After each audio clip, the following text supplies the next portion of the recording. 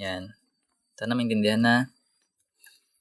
So, yun. So, remember guys, sabi natin kanina, sabi natin, kung meron tayong XY, ito yung ordered pair natin. So, kunyari, may given ka na point. Let's say point A. Then, yung ordered pair niya, for example, is 3, 5. So, ibig sabihin, ito yung X, ito yung Y. Ngayon, sa translation, bali ang ginagawa lang is, nagdadagdag lang tayo depende kung ano yung pinapadagdag na point na given ha. So, remember, kunyari, meron tayong x plus a. Ito yung idadagdag natin, pwede siyang minus, no? Depende kung anong given. So, kapag plus a, mag-move ka sa right. Mag-shift yung point mo, papuntang right. So, di ba sa Cartesian natin, ito yung x-axis, ito yung y-axis. So, kapag x guys, may partner yon, dito yung plus a na part, dito yung minus a natin. Na dinadagdag or binabawas ha, depende. Syempre may example tayo after nyan. Then ngayon, kapag minus, sabi na natin, pupunta siyang left. Then kapag naman sa y, so let's say y plus b. So kapag yung y naman, ito naman, so meron tayong Cartesian ulit. Ito yung y-axis natin, di ba? So dito siya gagalaw. Kapag plus b, dito yun na part. Then minus b naman sa baba. Anyways, so lagay natin. Pag plus b, up siya. Then kapag minus b, down. Ganun yung kadali. So let's say, gawa tayo example para maintindihan. Ang maganda example na ito.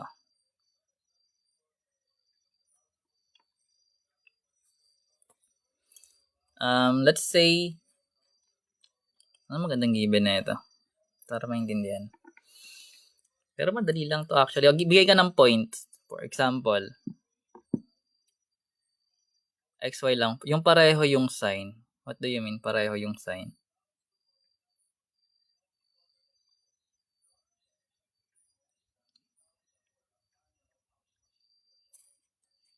Anong pareho yung sign?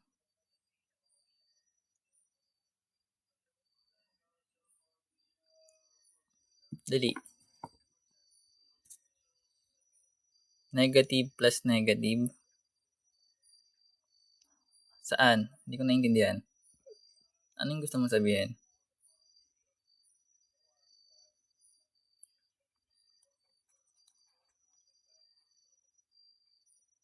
Sige, gawa tayo given. Negative 2, 3 yan. Anong gagawin sa negative 2, 3 natin? Meron kang negative 2, 3. Saan mo siya ita-translate? Kasi sige, bigyan mo natin ng example na. Kunyari ganito. So, let's say, meron tayong point A that is 2, 5. And we need to translate this point 4 units up and 3 units down.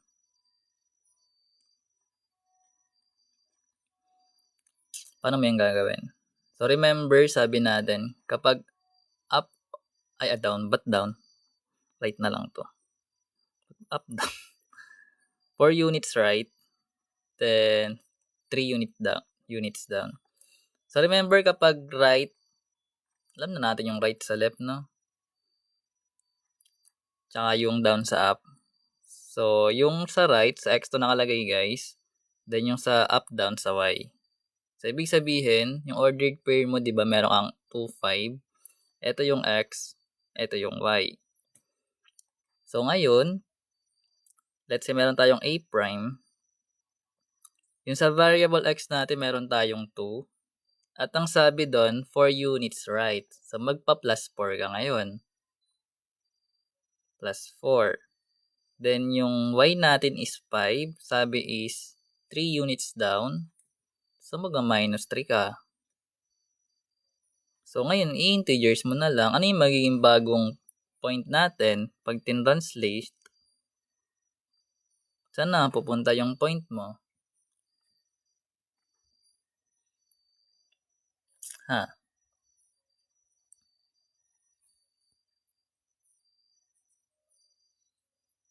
Ano na magiging point? The secret. Anong sagot na Nicole? Dali. Sa'yo to eh.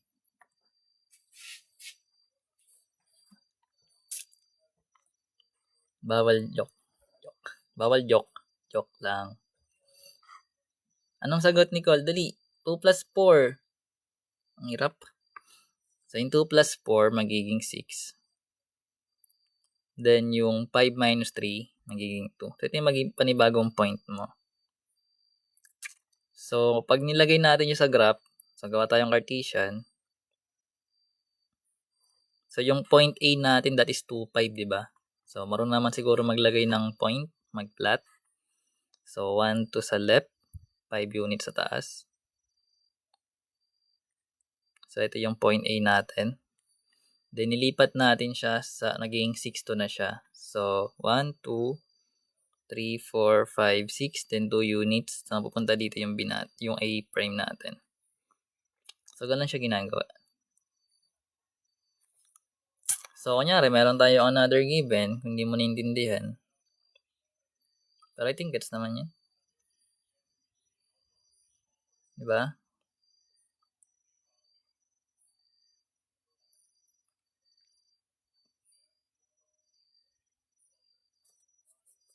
So, what if, ano siya guys, triangle. So, let's say another example, kasi may space pa sayang. So, let's say meron tayong, ita-translate, let's say,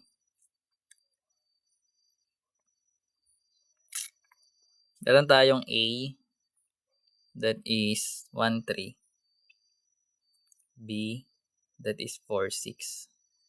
And yung C natin, let's say, 5, 1.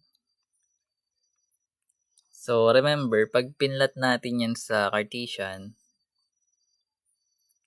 magkakaroon tayo ng 1, 3. 1 units, then 3 units up. Ito yung A. Then 4, 6. So, 1, 2, 3, 4, 4, 5, 6. Dito yan. Ito yung B natin.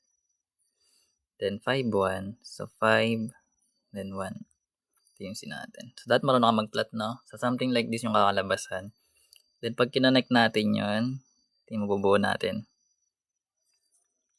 Ngayon, pag tin-translate natin, for example, this one, like, 5 units to the left, o 5 units left, and 2 units up. Paano mo siya gagawin? So, magkakaroon tayo ng A prime, B prime, C prime, or yung mga may ganito. Kasi magbabago nga siya eh. Anyways, so, ibig sabihin lahat guys ng X and Y, magkadagdag bawas ka, depende. So, basta pag sa left, ibig sabihin, eto yung sa X, then yung sa up down natin sa Y. So, kapag left, ibig sabihin minus yung ilalagay mo. Then, kapag up, that is plus. Pag right, plus. Up, plus. Left, minus. Down, minus. Parang common sense lang yun, di ba? Kapag right, tama. Up yun. O pag left, A1, minus. Kinonek. Joke lang. Pero something like that, no? Sana intindihan. Anyways. So, meron tayong A. Sabihin lahat ng X and Y, guys, no? Dadagdagan natin yan, tsaka babawasan. Depende kung ano yung nakalagay na rules. So, meron tayong A, which is 1, 3. Ito yung X. Ito yung Y natin doon. So, magkakaroon tayo ng A prime. So, yung x natin is 1. Then, sabi 5 units left, di ba? So, magkakaroon tayo dun ng minus 4. Ay, minus 5. Kasi 5 yung nakalagay eh. Sabi left. Then, yung y natin dito is 3. So, dahil nakalagay is 2 units up. So, magka-plus tayo ng 2. So, ngayon, pag sinimplify natin to, anong kakalabasan? Negative 4 and 5. That's correct. So, magkakaroon tayo ng A prime, which is negative 4 and 5. Naintindihan mo naman pala eh. So, punta tayo sa B. So, punta tayo sa B, meron tayong 4, 6. Then, magkakaroon tayo ng B prime. So, 5 units left and 2 units up. So, same process. Ito yung X, ito yung Y. Meron tayong 4 minus 5 and 6 plus 2. So, anong kakalabasan na ito?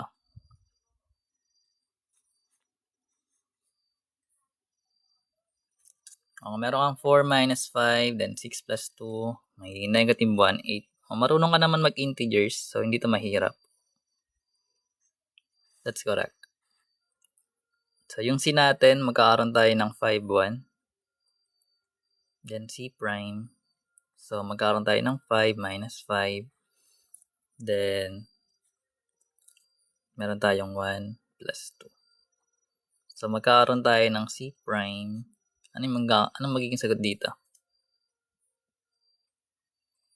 That is 0, 3. So, syempre, gano'n siya ginagawa. So, ngayon pwede mo ito i-plot. So, pag sinabing same na graph, ibig sabihin kung saan nakalagay yung given, doon mo din siya nalagay, no? So, ibig sabihin guys, kung meron tayong negative 4, 5, so negative 4, that is sa left muna mag-start. So, 1, 2, 3, 4, then 5 units up. So, 1, 2, 3, 4, 5, something here yon. Ito yung A prime natin. Then, proceed tayo sa negative 1, 8. So, negative 1. Then, 1, 2, 3, 4, 5, 6, 7, 8. So, sabihin natin nandito yon. Sana bivisualize ha. Then, yung isa naman, that is 0, 3. So, 0. Then, 3 units up.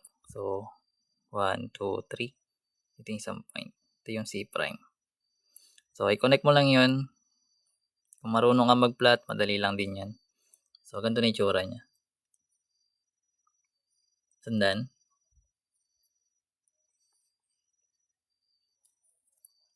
Anong nasa X line? Nasa Y yun guys kasi Y-intercept yun eh.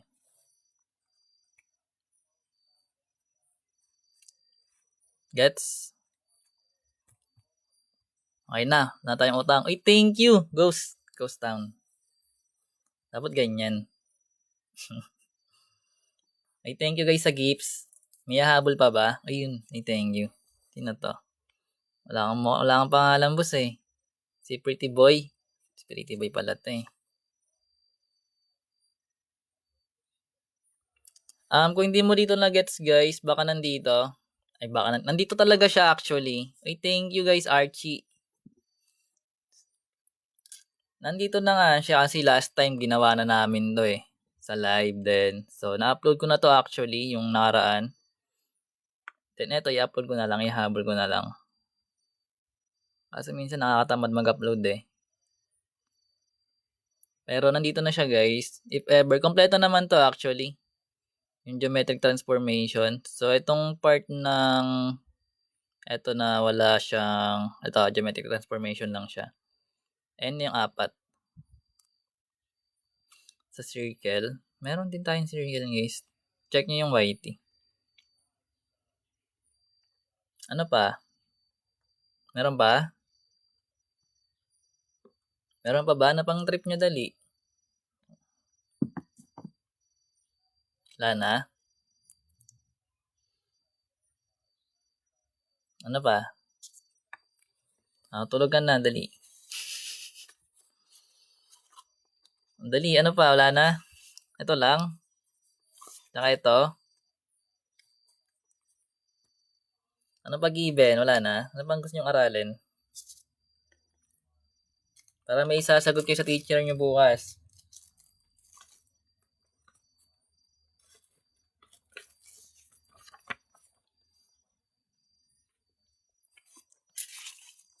Wala na? Yung y equals to mx plus b. Anong gagawin dyan, boss? Ha? Pretty boy. Si pretty boy ito, di ba? Tinang-send eh. Oo nga, siya nga. Anong gagawin dyan, pretty boy? Pretty boy. Pretty boy, anong gagawin dyan? Wala kasing pangalan. Si Gildark ka ba?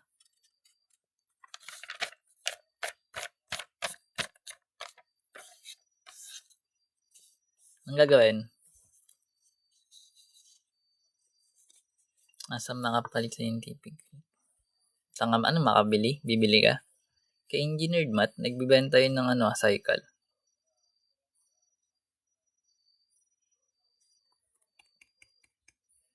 Long division, synthetic. Uy, Sonium. Thank you guys sa heart me. Dito nga guys sa madami na. If ever nga nandito lahat ng topic nyo, pang grade 9, pang grade 10, high school, senior high, nandito yan actually. Kailangan nyo lang siya i-explore. Pwede naman kasi i-search ko ano yung topic eh. Pero meron dito yan guys. Nandito yan yung mga conics.